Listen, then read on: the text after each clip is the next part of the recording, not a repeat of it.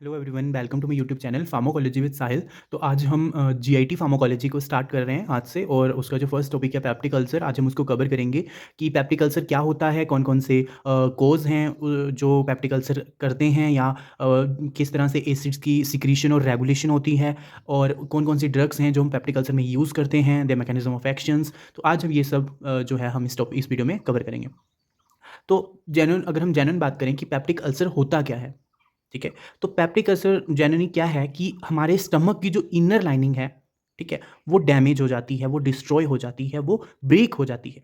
Clear. अब ये क्या है, हमारा स्टमक, और ये हमारी जो इनर लाइनिंग है, जो डायरेक्ट कांटेक्ट में होती है किसके, जो भी कंटेंट हमारे स्टमक में है, चाहे वो फूड है, चाहे वो एसिड्स हैं, कोई भी सब्सटेंस है, उसके डायरेक्ट कांटेक्ट में है, क्योंकि वो इनर लाइनिंग है, ठीक है। तो ये इनर लाइनिंग क्या होती है, डैमेज हो जाती है या डिस्ट्रॉय हो जाती है, ब्रेक हो जाती है, उस कंडीशन को बोलते हैं हम अल्सर। अब क्वेश्चन आता है कि ऐसा होता क्यों है, ठीक है। अब वो ब्रेक क्यों होती है, एसिड की सिक्रीशन हाई होने के कारण। क्लियर। आपको पता है हमारे स्टमक में क्या होता है, बहुत सारे एसिड्स प्रेजेंट होते हैं, यहाँ लिखा है एसिड, पेप्सिन, ठीक है। तो इन एसिड्स का काम क्या होता है, ठीक है। अब स्टमक में एसिड्स प्रेजेंट होते हैं, राइट, जिनका काम क्या होता है कि फूड का ब्रेक डाउन करना, फूड को छोटे छोटे हिस्सों में ब्रेक करना, ताकि वो अच्छे से डाइजेस्ट हो पाए। क्लियर। प्रोटियोलिसिस करवाना, प्रोटियोलिसिस मीन्स प्रोटीन का ब्रेक डाउन करवाना अमाइनो एसिड को, ताकि वो यूज कर पाए। क्लियर।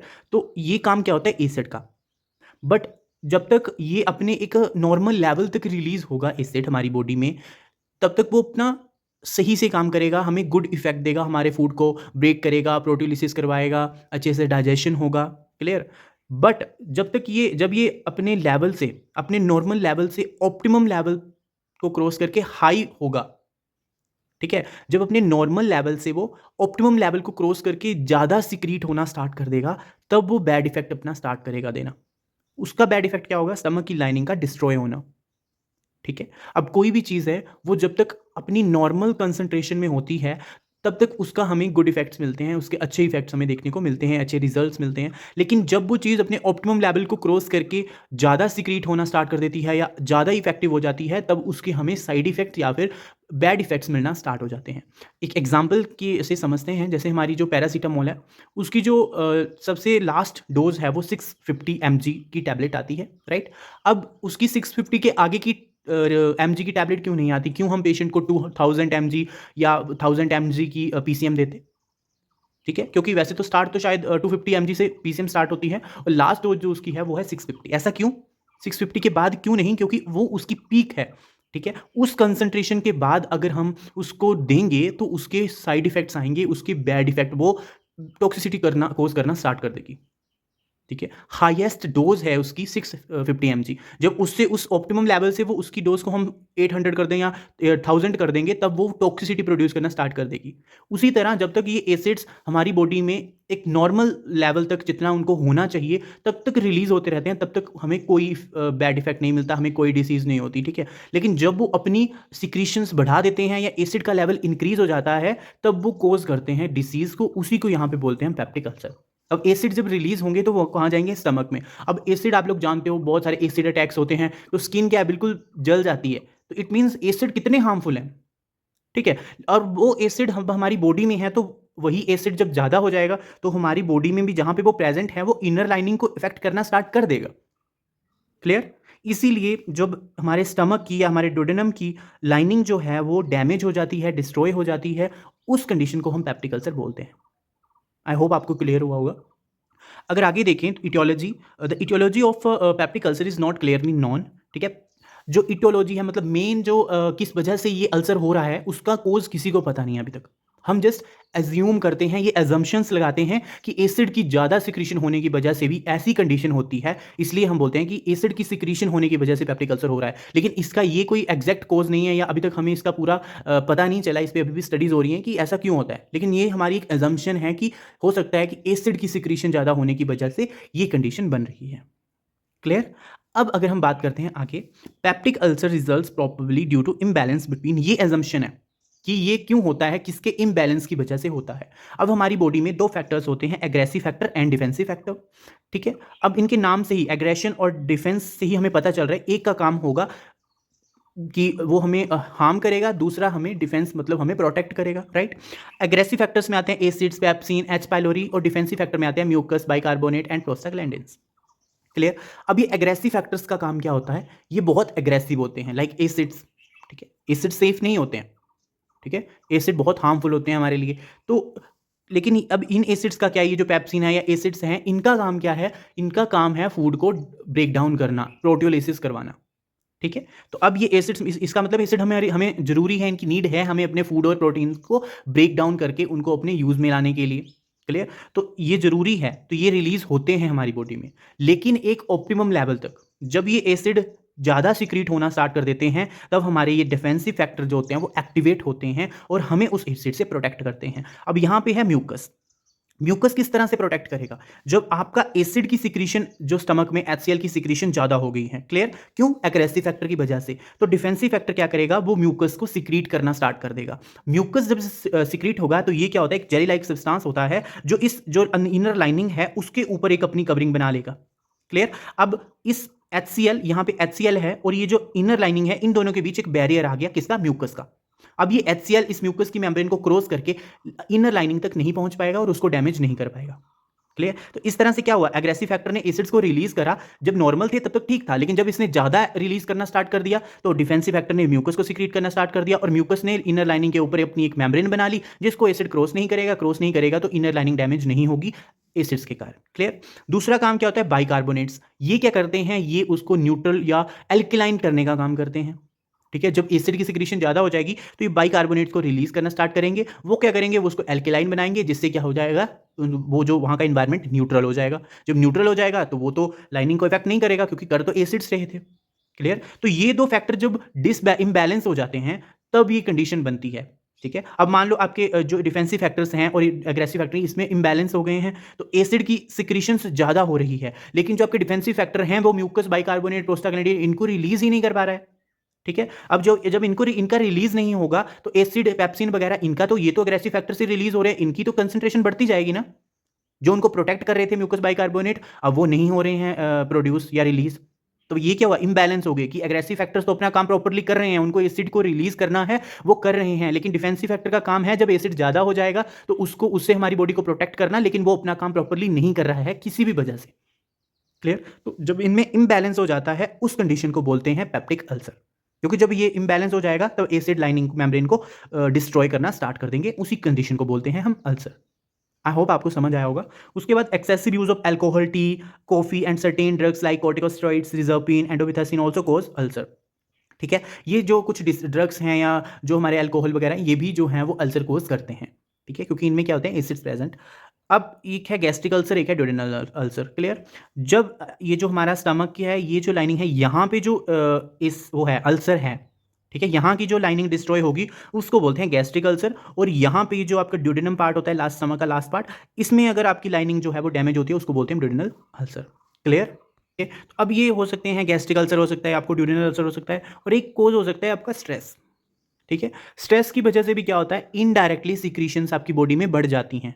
जब इनडायरेक्टली सिक्रीशन बढ़ जाएगी तो कहीं ना कहीं स्ट्रेस की वजह, एसिड की सिक्रीशंस भी बढ़ेंगी, और एसिड की सिक्रीशन जब बढ़ेगी तो वो लाइनिंग को डैमेज करेगा, इसलिए कहीं ना कहीं जो स्ट्रेस है वो भी इनडायरेक्टली अल्सर कोज कर सकता है। अब हमने बात करी गैस्ट्रिक अल्सर और ड्यूडेनल अल्सर। ये क्या है, जब एसिड की सिक्रीशन, ये जो एग्रेसिव फैक्टर है, एसिड की सिक्रीशन जो होती है वो हाई हो जाती है, लेकिन डिफेंसिव फैक्टर उतना अच्छे से काम नहीं करते। ठीक है, उस कंडीशन को बोलते हैं हम ड्यूडेनल अल्सर।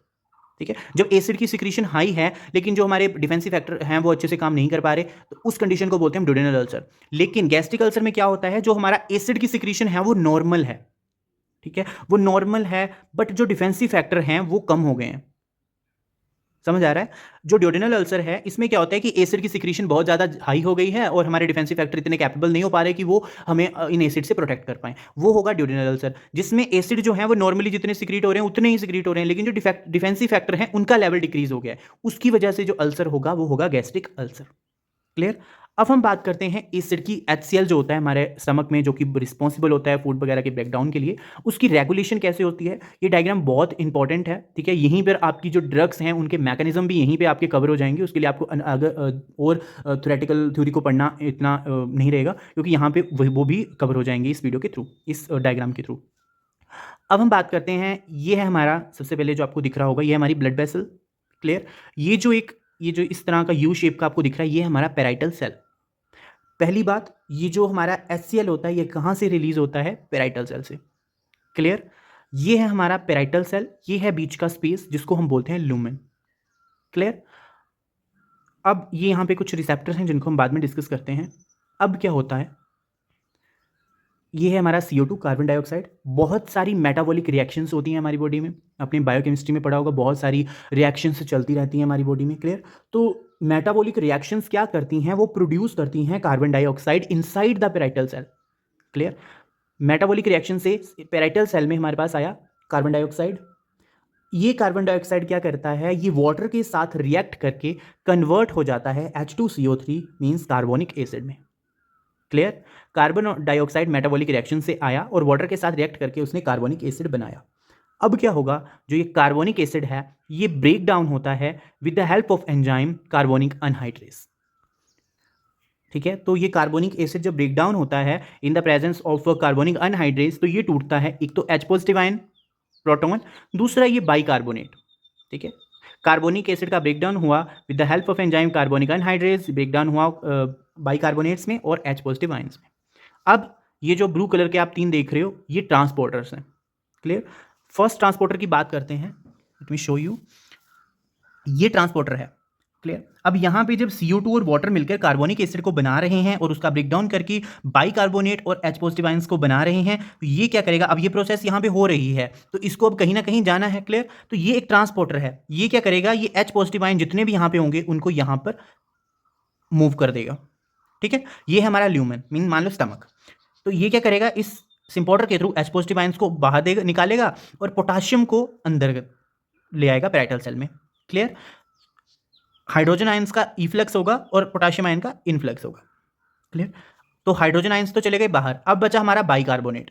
बाइकार्बोनेट क्या करेगा? यहां पे एक सिंपोर्टर है या ट्रांसपोर्टर है, बाइकार्बोनेट इस ट्रांसपोर्टर के थ्रू चला जाएगा हमारे ब्लड में और वहां में जाके उसको एल्केलाइन करेगा। ठीक है, अब बाइकार्बोनेट का तो काम हो गया उसको, ठीक है, बफर का काम करते हैं ये मेनली। अब बाइकार्बोनेट चला गया, अब यहां से क्लोराइड आयंस जो हैं ब्लड में, वो इसी ट्रांसपोर्टर के थ्रू पेराइटल सेल में आएंगे। पेराइटल सेल में के बाद यहां पे ये प्रेजेंट है हमारा क्लोराइड चैनल, ये क्लोराइड चैनल के थ्रू आ जाएंगे वापस ल्यूमेन में। क्लियर। अब जो ये था हमारा, ये जो जहां पे हाइड्रोजन आयंस बाहर जा रहे थे, पोटाशियम आयन अंदर जा रहे थे, इस ट्रांसपोर्टर को हम क्या बोलते हैं? Hydrogen potassium ATPase proton pump. अब इस ट्रांसपोर्टर को अपना काम करने के लिए क्या चाहिए होगा? ये हाइड्रोजन आयंस को बाहर भेज रहा है, पोटाशियम को अंदर ला रहा है, तो इसको चाहिए होगी energy in the form of ATP। तो इसका नाम क्या हमने दिया? Hydrogen potassium ATPase proton pump. अब आपके स्टमक में क्या है? यहां से H पॉजिटिव आयन आ गया, यहां से क्या आ गया? क्लोराइड। क्या बन गया? HCl बन गया। क्लियर। अब ये HCl क्या करेगा? आपकी बॉडी में फूड का ब्रेक डाउन करेगा, या फिर जो पेप्सिन होगा वो क्या करता है? प्रोटोलिसिस करवाता है, अपने जो भी इसका काम है वो करेगा। मतलब HCl तो बन गया, एसिड बन गया हमारे स्टमक में इस प्रोसेस के थ्रू। अब क्या है? ये हमारा था क्लोराइड चैनल। अब क्या है? यहां पे कुछ रिसेप्टर्स प्रेजेंट है। ठीक है, इस तरह से सिक्रीशन होती है हमारे HCl की स्टमक में। ठीक है, अब जब इसका लेवल इंक्रीज हो जाता है तब ये जाके क्या करता है? स्टमक की लाइनिंग को डैमेज करता है। अब ये तो इसकी नॉर्मल रेगुलेशन हो गई। अब क्या है? यहाँ पे 3 रिसेप्टर्स प्रेजेंट हैं, CCK2 गैस्ट्रिक कोलीसाइटोकाइनिन रिसेप्टर। ठीक है, ये है M3 रिसेप्टर जो किसका है? एसिटाइल कोलिन का। ये है H2 हिस्टामिन। ठीक है, और प्रोस्टाग्लैंडिन का भी यही मैकेनिज्म ऑफ एक्शन होता है। अब क्या है? ये जो 3 रिसेप्टर्स हैं, ये क्या करते हैं? ये इन सिक्रीशंस को इंक्रीज करते हैं, इन सिक्रीशन को बढ़ाते हैं। क्लियर। अब यहां पे क्या बाइंड करता है? गैस्ट्रीन इस रिसेप्टर पे, या M3 रिसेप्टर प्रेजेंट होता है पेराइटल सेल में, वहां पे क्या कौन बाइंड करता है? Acetyl choline. और H2 रिसेप्टर होता है, वहां पे कौन बाइंड करता है? हमारा हिस्टामिन। इतना क्लियर। अब क्या होगा? ये तीनों रिसेप्टर्स हैं, जब इन पे ये जो सब्सटेंस है या मॉलिक्यूल्स बाइंड करते हैं, ये क्या करते हैं? हमारी एसिड्स की सिक्रीशन को इंक्रीज कर देते हैं। First one is gastric. जब गैस्ट्रीन जो है हमारे गैस्ट्रीन कोलीसाइटोकाइनिन रिसेप्टर पर बाइंड करेगा, तब ये क्या करेगा? एसिड की सिक्रीशन बढ़ा देगा, HCl इसकी सिक्रीशन बढ़ा देगा। दूसरा, जब M3 रिसेप्टर पर एसिटाइल कोलिन बाइंड करेगा, वो भी क्या करेगा? सिक्रीशंस को इंक्रीज कर देगा, सिक्रीशन बढ़ा देगा। हिस्टामिन जब H2 रिसेप्टर बाइंड करेगा, और प्रोस्टाग्लैंडिन्स भी, ये क्या करते हैं? ये CAMP के लेवल को इंक्रीज करते हैं। CAMP के लेवल को इंक्रीज करके इसको एक्टिवेट करके प्रोटीन काइनेज को एक्टिवेट करते हैं। ठीक है, ये क्या करेंगे, सीएमपी के लेवल को इंक्रीज करेंगे। जब सीएमपी का लेवल इंक्रीज होगा तो क्या होगी, प्रोटीन काइनेसिस, एंड जब प्रोटीन काइनेसिस होगी तो ये क्या होगा, करेगा अल्टीमेटली लास्ट में सिक्रीशन। क्लियर, यहां पे क्या हो जाएगी, एसिड की सिक्रीशन हाई। तो अब जब हम ड्रग्स की बात करेंगे तो हम फर्स्टली तो ऐसी ड्रग्स देंगे जो इन रिसेप्टर्स को ब्लॉक करे। जब ये रिसेप्टर्स ब्लॉक हो जाएंगे तो अल्टीमेटली सिक्रीशन एसिड की कम हो जाएगी, क्योंकि ये तीनों क्या कर रहे हैं, एसिड की सिक्रीशन को और तेज कर रहे हैं और बढ़ा रहे हैं।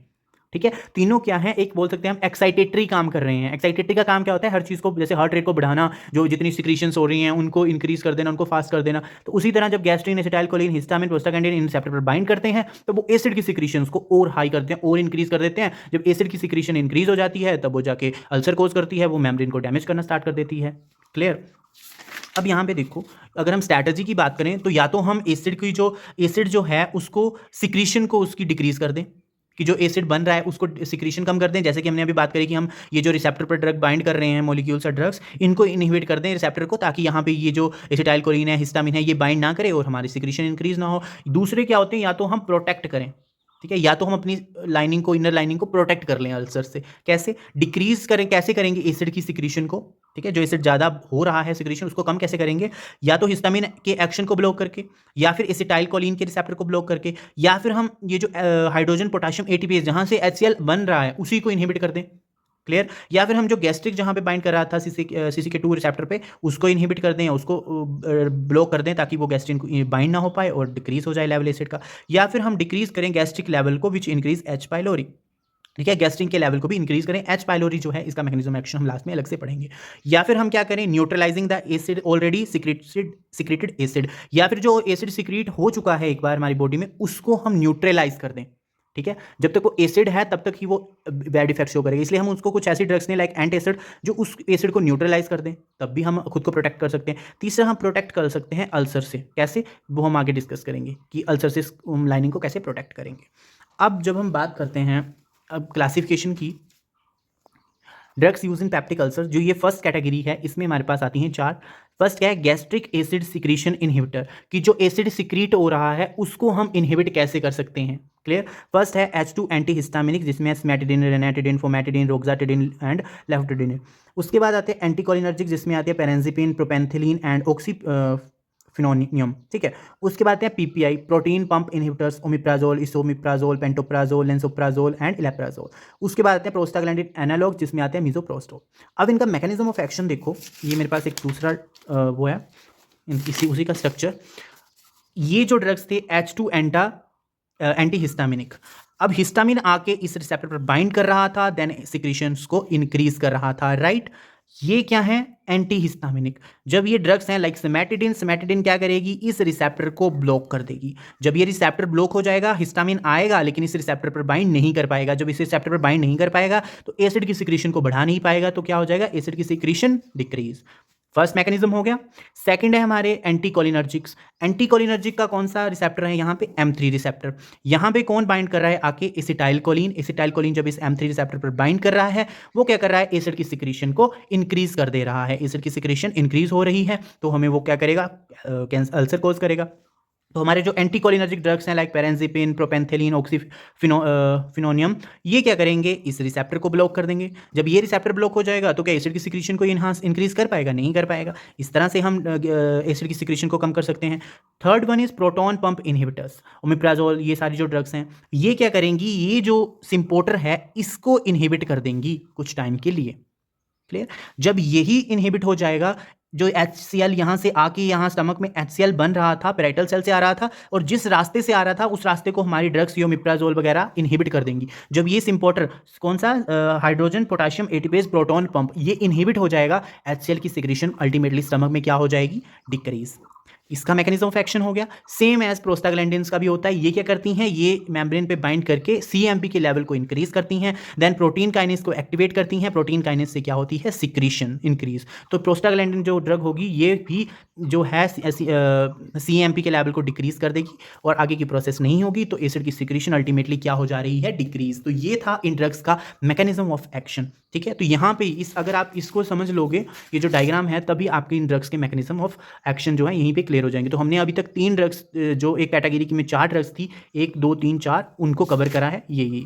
उसके बाद है हमारे गैस्ट्रिक एसिड न्यूट्रलाइजर एसिड्स, जिसमें आ रहे हैं सिस्टेमिक और नॉन सिस्टेमिक, जिसमें आते हैं sodium bicarbonate, sodium citrate and magnesium hydrochloride, magnesium trisilicate and ये सारी ड्रग्स आती हैं। अब इनका मैकेनिज्म ऑफ एक्शन देखते हैं। ये है मैकेनिज्म ऑफ एक्शन। जो गैस्ट्रिक एसिड न्यूट्रलाइजर्स होते हैं उनको हम बोलते हैं एंटासिड्स, जो आप मेनली देखते हो या यूज़ भी करते हो।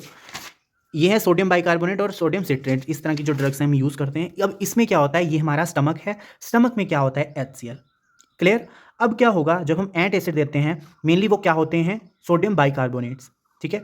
अब ये क्या करता है, जब ये सोडियम बाइकार्बोनेट आपने किसी भी रूट से लिया या ओरली लिया, तो ये क्या करेगा, जाएगा कहाँ, स्टमक में जाएगा सबसे पहले, वहाँ पे HCl है प्रेजेंट। अब ये क्या करेगा, ये जो सोडियम बाइकार्बोनेट है NaCO3, ये क्या करेगा, ये इस हाइड्रोजन के साथ रिएक्ट करेगा। क्लियर। ये HCl ऑलरेडी स्टमक में प्रेजेंट था और ये सोडियम बाइकार्बोनेट एज एंट एसिड हमने लिया। जब ये स्टमक में पहुंच गया तब ये इस H के साथ रिएक्ट करेगा। जब ये इसके साथ रिएक्ट करेगा तब ये क्या बना देगा, H2CO3 कार्बोनिक एसिड। क्लियर। इसके साथ रिएक्ट करके इसने बनाया कार्बोनिक एसिड। अब ये कार्बोनिक एसिड क्या हो जाएगा, डिग्रेड। ये डिग्रेड हो जाएगा किन दो प्रोडक्ट्स में, H2O और CO2, वाटर और कार्बन डाइऑक्साइड में। यही कार्बन डाइऑक्साइड जो होती है, जो वर्ब के रूप में आपकी बॉडी से बाहर निकलती है। ठीक है। यही एंटासिड का जो होता है वो यही मैकेनिज्म ऑफ एक्शन होता है कि ये क्या करते हैं, हाइड्रोजन जो HCl में से H के साथ रिएक्ट करके कार्बोनिक एसिड बनाते हैं। कार्बोनिक एसिड जब डिग्रेड हो जाता है तो वो वाटर और CO2 की फॉर्म में कन्वर्ट हो जाता है और ये हमारी बॉडी से गैसेस की फॉर्म में बाहर निकल जाता है। क्लियर। तो अब ये क्या होगा, जब ये H पॉजिटिव आयंस ही इसमें बाइकार्बोनेट अपने यूज में ले रहे हैं, तो यहाँ पे क्या होगा, एसिड का जो होगा वो लेवल क्या हो जाएगा, न्यूट्रल, कम हो जाएगा। क्योंकि एसिड की में से जो H पॉजिटिव आयंस थे वो तो सोडियम के साथ रिएक्ट करके आगे प्रोसेस में चले गए हैं, वो कार्बोनिक एसिड बना के वो वाटर में और CO2 में कन्वर्ट हो चुके हैं। तो यहाँ पे क्या हो जाएगा, अल्टीमेटली इसका जो लेवल है वो न्यूट्रल हो जाएगा। क्लियर। तो यही है कि सोडियम बाइकार्बोनेट क्या करते हैं, वो HCl के साथ रिएक्ट करते हैं स्टमक में, जिससे कि वो रिलीज करते हैं CO2 और H2O, जिससे कि और ये हमारी बॉडी से एक्सक्रीट आउट हो जाती है। हमारी थर्ड कैटेगरी थी यहाँ पे ये सेकंड, अल्सर प्रोटेक्टिव, जिसमें आते हैं हमारे पास ये सिक्लोल्फेटेट एंड कोलोइडल बिस्मथ सब्सट्रेट। ये ड्रग्स का क्या होता है, अल्सर प्रोटेक्टिव एजेंट। इनके नाम से पता चल रहा है कि ये अल्सर से क्या करेंगी, प्रोटेक्ट करेंगी। These drugs from covering over the ulcer bed and prevent its exposure of the gastric acids. Drugs cross linking of the molecule assuming a sticky gel like consistency, it preferentially and strongly adhere to the ulcer base. ये drugs क्या करती हैं, ये जो हमारा stomach होता है उसकी जो इनर लाइनिंग होती है ये उसके साथ बाइंड कर जाती हैं। ये इनकी कंसिस्टेंसी कैसी होती है, स्टिकी होती हैं और जेल लाइक होती हैं। ठीक है। ये क्या करती हैं, ये इस मेम्ब्रेन के साथ अडेयर हो जाती हैं स्ट्रांगली। जब ये अडेयर हो जाएंगी तो जो एसिड है वो इस मेम्ब्रेन जो हमारी लाइनिंग है उसके कांटेक्ट में नहीं आ पाएगा, और जब कांटेक्ट में नहीं आ पाएगा तो वो उसको डैमेज नहीं कर पाएगा। डैमेज नहीं होगा तो वो अल्सर कॉज नहीं होगा। इसलिए ये ड्रग्स क्या करती हैं, इस लाइनिंग पर जाके अडेयर हो जाती हैं स्ट्रांगली, जेल लाइक इनकी कंसिस्टेंसी होती है और ये एसिड को इसके कॉन्टैक्ट में नहीं आने देती। ये एक छोटा सा इनका मैकेनिज्म ऑफ एक्शन होता है। अब हम बात करते हैं H पाइलोरी की ड्रग मैकेनिज्म की, anti H pylori drug mechanism. इससे पहले जो ड्रग्स आती हैं मोक्सिसिलिन, क्लोरिथ्रोमाइसिन, मेट्रोनिडाजोल, टिनिडाजोल एंड टेट्रासाइक्लिन, ये इसमें कुछ ड्रग्स हैं जो एंटी पाइलोरी ड्रग्स यूज़ करते हैं। अब एंटी पाइलोरी है क्या, ये एक बैक्टीरिया होता है, ठीक है, और ये मोस्ट ऑफ द पॉपुलेशन में प्रेजेंट होता है, बट ये इसके कोई सिम्टम्स शो नहीं करता है। ये सिम्टम्स तभी शो करता है जब इसका कोई इन्फेक्शन कोज कर देगी। ठीक है। अब क्या होगा, ये जो H पाइलोरी बैक्टीरिया जहाँ पे भी आकर बाइंड कर देता है वहीं पे वो अपनी इन्फेक्शन करना स्टार्ट कर देता है। अब जो हमारे स्टमक में क्या होता है, HCl ऑलवेज प्रेजेंट होता है। ये HCl क्या होता है, जब भी कोई बैक्टीरिया हमारी बॉडी में एंटर करता है ये HCl उसको डिस्ट्रॉय, उसको किल कर देता है। लेकिन जो हमारा H पाइलोरी बैक्टीरिया है ये किल नहीं होता। क्यों? क्योंकि ये बहुत मतलब एक्सट्रीमली लो pH में भी, बहुत एसिडिक इन्वायरमेंट में भी खुद का सर्वाइवल कर लेता है। एक बात तो होगी कि HCl इस बैक्टीरिया को किल नहीं कर पाएगा क्योंकि ये इस इन्वायरमेंट में खुद का सर्वाइवल करना जानता है। ठीक है। अब क्या हुआ, आफ्टर H पाइलोरी जब एंटर करेगा आपकी बॉडी में, ये अटैक करेगा inner lining of the stomach. ये जो आपका स्टमक है इसकी जो ये इनर लाइनिंग है वहां पे अटैक करना स्टार्ट कर देगा और अल्टीमेटली क्या करेगा, जब यहाँ पे अटैक होगा तो ये क्या करेगा, गैस्ट्रिक अल्सर को कोज करेगा। अगर आप आगे यहाँ पे मैं बताऊँ, अब क्या करता है, पहले यहाँ पे H पाइलोरी जो है हमारा बैक्टीरिया, अब ये क्या करता है, ये एक एंजाइम को रिलीज करता है, यूरिएज। ये यूरिएज जो एंजाइम है ये जब कन्वर्ट होता है तो हमें दो प्रोडक्ट मिलते हैं, यूरिया एंड अमोनिया। ये अमोनिया क्या करता है, एसिड को को न्यूट्रलाइज करता है, क्योंकि ये किस एनवायरनमेंट में सर्वाइव कर रहा है, एसिडिक एनवायरनमेंट में। तो ये क्या करता है, ये एंजाइम को रिलीज करके उसको कन्वर्ट करके अमोनिया बनाता है, जो कि अमोनिया इसके एसिडिटी को न्यूट्रलाइज करता है, ताकि जिस एनवायरनमेंट में ये रहना चाहता है या सर्वाइव कर सकता है, इसको वैसा एनवायरनमेंट जो है वो ईजिली मिलता रहे अमोनिया की वजह से। अमोनिया एज अ बफर काम करता है। बफर क्या होते हैं, जो एसिड और जो पीएच को मेंटेन कर रखने का काम करते हैं। तो ये उस पीएच में मेंटेन रखेंगे जिस पीएच में ये बैक्टीरिया खुद को सर्वाइवल कर सके। दूसरा क्या होता है, ये एच पाइलोरी जो होता है, ये एडहेसिव प्रॉपर्टी शो करता है। ये जहां पे भी बाइंड हो जाता है, लाइक एपिथेलियल सेल में जहां पे बाइंड हो जाता है, वहीं से अपनी इन्फेक्शन करना स्टार्ट कर देता है। अगर आप डायग्राम के थ्रू देखो तो ये हमारा एच पाइलोरी बैक्टीरिया है। इसके ये फ्लैजिलाज हैं। फ्लैजिलाज क्या होते हैं, इसका जो मतलब जो म्यूकस होता है, थिन लेयर जो होती है म्यूकस की, तो ये बैक्टीरिया को हेल्प करते हैं उस मेम्ब्रेन में पेनिट्रेट करने के लिए। क्लियर? ये जो म्यूकस की मेम्ब्रेन होती है यहाँ पे, तो ये फ्लैजिलास हेल्प करते हैं इस मेम्ब्रेन को क्रॉस करने के लिए बैक्टीरिया की, इसलिए ये फ्लैजिलास है। उसके बाद क्या होता है, ये जो एच पाइलोरी है ये सिक्रीट करता है वैक ए एंड कैक ए। ये करता है इन दो को सिक्रीट, जो क्या होते हैं, साइटोटॉक्सिन्स। क्लियर? ये दो साइटोटॉक्सिन्स जब रिलीज होते हैं, वो ये क्या करते हैं, which is responsible for the infection and pathogenicity of the bacteria. ये दो जो हैं वो रिस्पॉन्सिबल होते हैं बैक्टीरिया की इन्फेक्शन के लिए। जो ये BAC के है, BAC बैक ए जो है, फर्स्टली ये क्या करता है, ये एक बाइंड करता है स्पेसिफिक रिसेप्टर के ऊपर। जब ये स्पेसिफिक रिसेप्टर के ऊपर बाइंड करेगा, ये प्रोड्यूस करता है इन्फ्लामेटरी साइटोकाइंस को। ठीक है? जब ये रिसेप्टर बाइंड करके इन्फ्लामेटरी साइटोकाइंस को एक्टिवेट करेगा या प्रोड्यूस करेगा, तो क्या होगी, इन्फ्लामेशन। इसका मतलब जब ये हमारी मेम्ब्रेन है, ये हमारी यहाँ पे म्यूकस की लेयर है, ये हमारी जो आप देख रहे हो थिन लेयर, ये गैस्ट्रिक म्यूकोसा है, ये म्यूकस की थिक लेयर है, और ये हमारे स्टमक में गैस्ट्रिक HCl है। ठीक है? और ये म्यूकस की लाइनिंग है, ये बीच में मेम्ब्रेन है। अब क्या करेगा, जब ये बैक्टीरिया है यहाँ पे प्रेजेंट, ठीक है, ये क्या करेगा, अपने बैग को एक्टिवेट करके साइटोकाइनिन को क्या करेगा, एक्टिवेट करके रिलीज करके रिसेप्टर पर बाइंड करेगा, इन्फ्लामेटरी साइटोकाइनिन को प्रोड्यूस करेगा, और यहाँ पे प्रेजेंट है, तो एक तो ये क्या करवाएगा यहाँ पे, इन्फ्लामेशन। क्लियर? दूसरा ये क्या करेगा, ये बाइंड करेगा मेम्ब्रेन के ऊपर, और वहाँ पे क्या कर लेगा, एडहेशन मॉलिक्यूल का काम करेगा, वर्क एज एडहेशन मॉलिक्यूल। सो ये क्या करेगा, यहाँ पे बाइंड, जहाँ पे बाइंड होगा वहीं पे अपनी इन्फेक्शन स्टार्ट कर देगा। तो अब ये यहाँ पे प्रेजेंट है, तो यहाँ पे अपनी इन्फेक्शन तो स्टार्ट कर देगा। दूसरा जैसा क्या करेगा, इन्फ्लामेटरी साइटोकाइंस को रिलीज करेगा, इन्फ्लामेशन भी करेगा। तो क्या हो गया, उस लाइनिंग में एक तो इन्फ्लामेशन हो गई, दूसरा वहाँ पे इन्फेक्शन होना स्टार्ट हो गया। थर्ड वन क्या होता है, थर्ड वन ये क्या करता है, बैक ए जो है, जो हमारा माइटोकॉन्ड्रिया होता है, उसकी मेम्ब्रेन पर भी जाके बाइंड कर देता है। वहाँ पे बाइंड करने के बाद ये क्या करता है, साइटोकॉम सी को रिलीज करता है, जो कि रिस्पॉन्सिबल होता है एपोप्टोसिस के लिए। तो इसका मतलब ये एपोप्टोसिस को भी ट्रिगर करेगा। तो अब ये इस मेम्ब्रेन है, ये आपके हमारे स्टमक मेम्ब्रेन है। अब यहाँ पे क्या है, अगर यहाँ पे ये बैक्टीरिया है, तो ये क्या क्या करेगा, ये एपोप्टोसिस भी करवाएगा, ये साइटोकाइंस को रिलीज करके इन्फ्लामेशन भी करवाएगा, और जहाँ पे ये होगा वहाँ पे ये इन्फेक्शन भी कोज करवाएगा। ठीक है? तो इस तरह से ये क्या करेगा, अब ये लाइनिंग क्या हो जाएगी, डैमेज, तो क्या कोज होगा, अल्सर। अब हम ड्रग्स देंगे, ये amoxicillin, clarithromycin, metronidazole, tinidazole and tetracycline. ये ड्रग्स क्या करेंगी, इस बैक्टीरिया को किल करने का काम करेंगी।